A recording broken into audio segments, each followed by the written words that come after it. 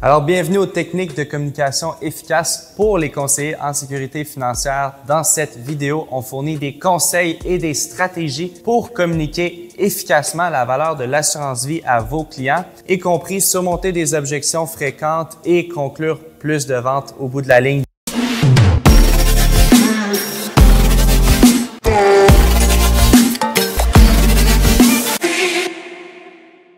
Pour ceux qui ne me connaissent pas, moi c'est Pavel Boissonneau et puis je suis cofondateur chez Fondaco Média. Alors, sans plus tarder, on se lance directement dans l'importance de la communication en tant que conseiller en sécurité financière. Comment la qualité de ma communication peut faire la différence entre moi qui ai un salaire de 60 000 ou de 120 000 par année. On va prendre ici l'exemple d'un conseiller qui achèterait sur 3 mois 100 leads. Donc, peu importe la source des leads, c'est pas important. Exemple, sur ces 100 leads, quelque chose qui est universel, c'est qu'il y a 4 variables principales que le conseiller peut contrôler. La première variable, c'est est-ce que je suis capable de contacter mes leads? Quand je contacte mes leads, est-ce que je suis capable de planifier une rencontre avec eux? Donc ça, c'est la deuxième variable. La troisième variable, c'est quand je planifie une rencontre, est-ce qu'ils se présentent à la rencontre? Et puis finalement, une fois sur la rencontre, est-ce que je suis capable de conclure des ventes? Donc, si je fais un mini récapitulatif, taux de contact, taux de rendez-vous planifié, taux de présence au rendez-vous et taux de clôture sur les rencontres. Dans le premier exemple, on va dire sur les 100 leads, le conseiller il y a 50% de taux de réussite sur chacune des 4 variables. Ça fait en sorte que, dès le départ, je passe de 100, je suis en contact 50%, il en reste 50. Ensuite de ça, sur mes 50, il y en a encore une fois 50% que je planifie en rendez-vous, c'est-à-dire qu'on est rendu à 25. Sur les 25 que je planifie en rendez-vous, il y en a 12,5 qui se présentent. Sur les 12,5 qui se présentent, il y en a 6 que je réussis à conclure en vente. Donc, sur 100 leads, j'ai 6% de closing rate. Right? Maintenant, si à cause que je réussis à améliorer mes méthodes de communication, mes méthodes puis mes stratégies de fonctionnement, je suis en mesure d'augmenter de seulement 10% dans chacune des 4 variables ma performance en tant que conseiller, eh bien, ça change totalement la donne.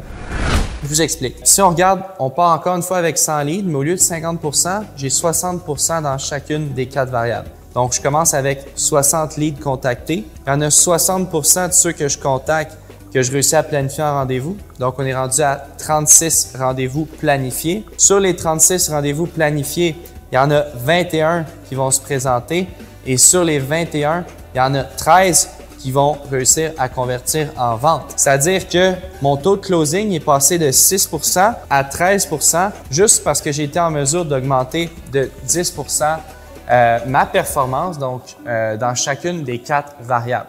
Ça, c'est des petits changements, c'est des petites méthodes, des petits trucs qui font en sorte qu'on est capable d'aller chercher ce genre de résultats-là. Et puis, c'est exactement ce qu'on fait avec les conseillers qui collaborent avec nous. On les aide à aller chercher le petit 10% qui manque dans chacune des 4 variables de conversion pour aller doubler, même un petit peu plus que doubler, leur nombre de ventes, leur taux de clôture, ce qui fait en sorte que ça double également leurs revenus. Puis la beauté de la chose, c'est que sur 100 leads, quand on passe de 6% de closing à 13%, les ventes supplémentaires, dans ce cas-ci, les 7 ventes supplémentaires, ils ont coûté absolument 0 de plus à aller chercher parce que c'est des leads qu'on avait déjà achetés. Donc, ça, c'est une excellente manière d'augmenter ses revenus, de faire plus d'argent. C'est tout simplement d'augmenter la qualité de ma communication en tant que conseiller en sécurité financière. OK? Maintenant, c'est sûr qu'il y a certaines techniques de communication qui sont plus efficaces que d'autres. Donc, comment je peux faire en tant que conseiller pour présenter la valeur de l'assurance vie ou peu importe le service de placement, CELIREA, peu importe ce que j'offre à mon client, comment je fais pour lui montrer cette valeur-là puis pour établir une bonne connexion dès le départ avec mes clients. Donc, chez Fondaco, encore une fois, on a développé un processus étape par étape qui permet à nos clients de communiquer efficacement, de présenter la valeur de leurs produits et aussi d'établir une connexion qui est forte dès le départ avec leurs clients. Donc, c'est certain que c'est pas en demandant s'il fait froid dehors, c'est quoi la météo, s'ils ont des chats et des chiens, qu'on va réussir à avoir une bonne connexion avec notre client. Donc, ce que ça prend, c'est des bonnes questions de connexion. À partir du moment où la connexion est faite, ce qui est important, c'est qu'on puisse faire réaliser au client qu'il y a réellement un besoin, qu'il y a réellement un problème en fait à résoudre. Donc, si on n'est pas capable de créer ce changement de mentalité-là dans la tête de notre client, bien, c'est beaucoup plus difficile d'aller faire des ventes par la suite. Donc, pour remédier à ce problème-là, encore une fois, on a développé des questions de prise de conscience pour le client que nos conseillers peuvent utiliser, qui sont à leur disposition pour les aider dans leur processus de vente. Si jamais c'est trop difficile pour le client de réaliser qu'il y a un besoin, qu'il veut tout simplement pas accepter le fait qu'il a besoin de placer de l'argent pour son futur, de s'assurer ici et là, eh bien, on a aussi développé des questions à deux vérités. C'est-à-dire que un client pourrait dire qu'il est dans une situation financière qui est optimale. Mais en réalité, ça, c'est la première vérité. Ça se peut aussi que dans sa tête, dans son inconscient, il aimerait avoir une meilleure sécurité au niveau des assurances, un meilleur rendement sur ses placements. Donc, un exemple de question à deux vérités, c'est « Écoute, Charles, ça semble super bien aller tes placements. Je vois que tu as eu un rendement qui est intéressant dans les dernières années. Est-ce qu'il y a quelque chose que tu aimerais améliorer, que tu aimerais changer si jamais tu pouvais simplement claquer des doigts et puis avoir ce changement-là? » Donc, la réalité, c'est que le client peut répondre à cette question-là. Oui, c'est sûr que j'ai eu des bons résultats. Techniquement, je suis satisfait, mais au niveau des assurances, je ne sais pas si je suis totalement comblé, je ne sais pas si je suis totalement bien assuré ou si potentiellement je pourrais avoir justement une protection supplémentaire qui me permettrait d'avoir l'esprit tranquille. Ou peut-être que par rapport à ses placements, il peut dire également, ben oui, c'est sûr que j'ai eu un bon rendement, mais c'est sûr que je cherche toujours plus. Donc ça permet au client de prendre conscience du fait qu'il est là pour une raison puis que vous pouvez potentiellement l'aider à régler les problèmes qu'il a. À partir du moment où le client a réalisé qu'il y avait un problème, ça nous amène vers la solution. Mais on le sait, puis c'est un peu le principe derrière toutes ces stratégies de questions-là, c'est toujours plus puissant de demander à notre client une question qui fait en sorte qu'on obtient la réponse qu'on veut avoir versus lui dire. Donc, si mon client me dit par lui-même, il a réalisé lui-même qu'il avait besoin d'une assurance vie, c'est beaucoup plus puissant que si je lui dis « Hey, tu as besoin d'une assurance vie ». Donc, c'est un petit peu le processus par lequel nos conseillers travaillent pour aller justement augmenter leur processus de conversion, puis très souvent doubler leurs revenus, tout simplement parce qu'ils posent les bonnes questions au bon moment au lieu d'essayer de dire à leurs clients quoi faire. Une fois que le besoin est en place, tout le monde est conscient de ce besoin-là, c'est important d'aller vers des questions de solutions. Donc, dans ce processus-là, les clients vont eux-mêmes nous fournir des pistes de solutions pour régler leurs problèmes.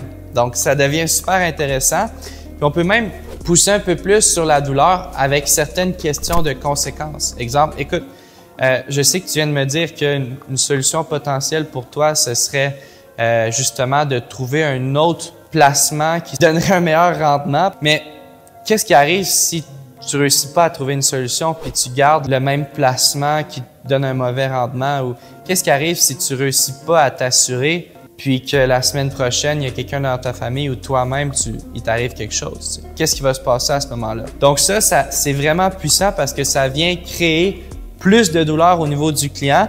Et puis à ce moment-là, le client, il est prêt, là. Il veut trouver une solution parce que là, il réalise qu'il y a un problème, il donne des pistes de solution, il comprend que ça peut pas rester comme ça, sinon les conséquences sont trop élevées. Donc, on arrive aux questions de qualification. C'est là qu'on va essayer de déterminer si le client veut rester dans la même situation ou s'il est prêt à changer de situation.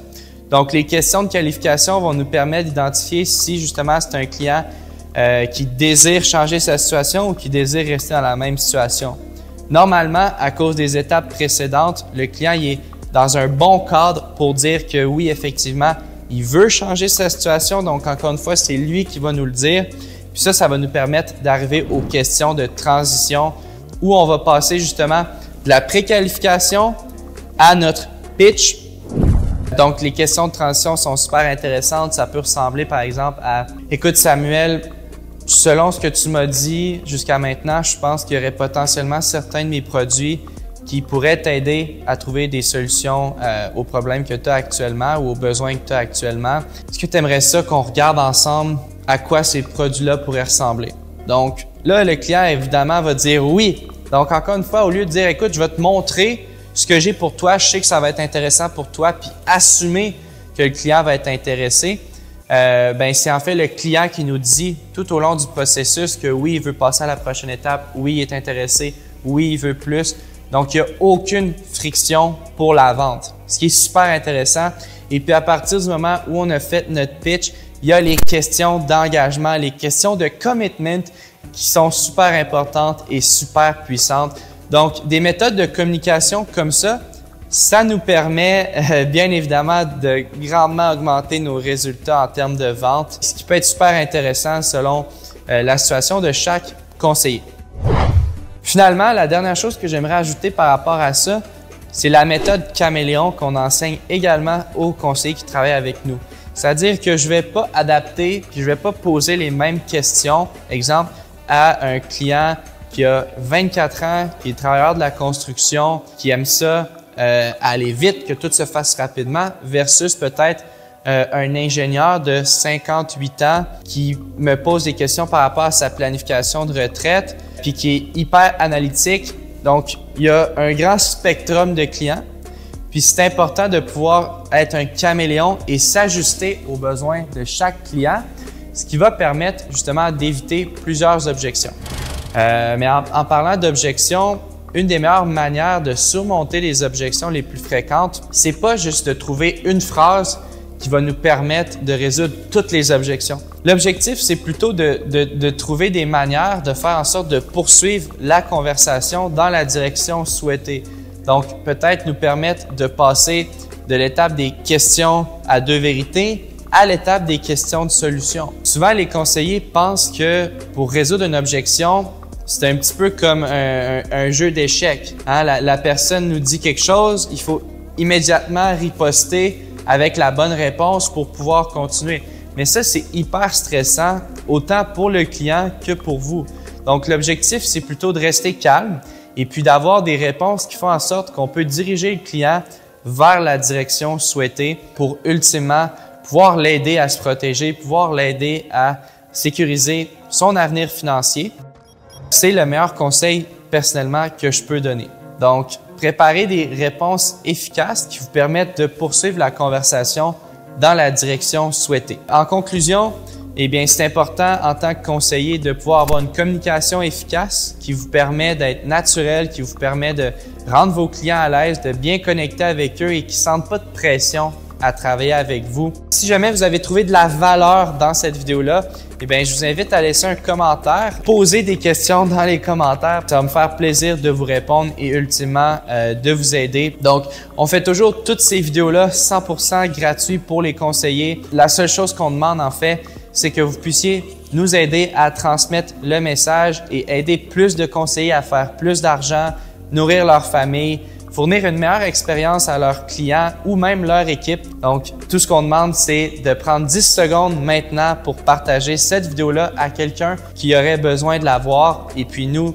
ça a énormément de valeur pour nous, mais encore plus important, ça peut avoir énormément de valeur pour le conseiller à qui vous allez partager cette vidéo-là.